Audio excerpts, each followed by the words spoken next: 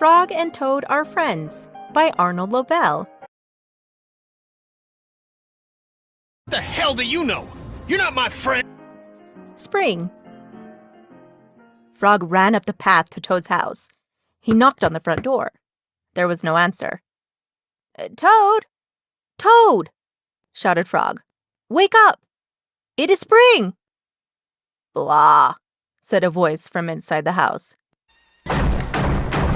Open the gates! Cried Frog. The sun is shining. The snow is melting.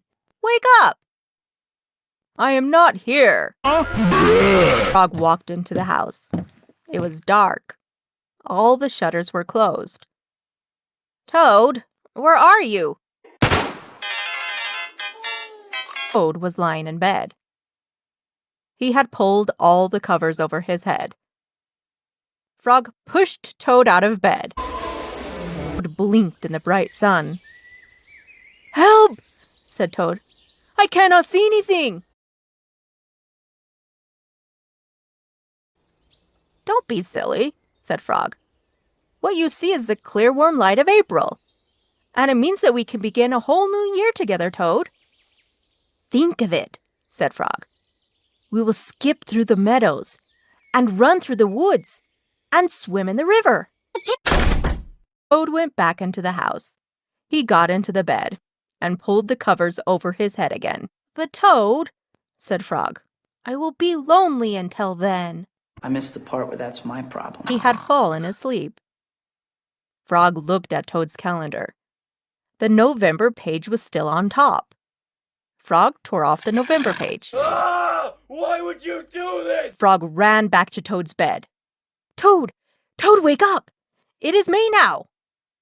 What? Said Toad. Can it be May so soon? Of course not. What? You asshole. Look at your calendar. Then, said Toad, a little more sleep will not hurt me. The May page was on top. Why, it is May, said Toad as he climbed out of bed. Then he and Frog ran outside to see how the world was looking in the spring.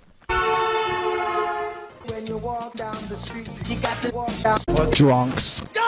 Story. One day in summer, Frog was not feeling well.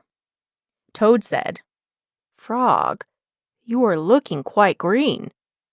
But I always look green, said Frog. I am a frog.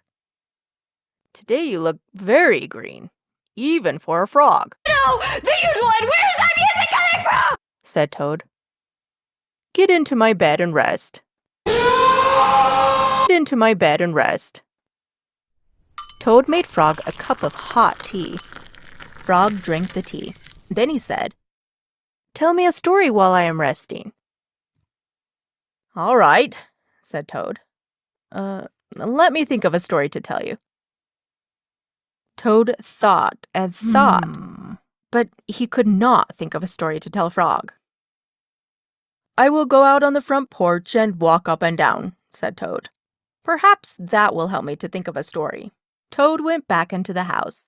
He got into the bed and pulled the covers over his head again.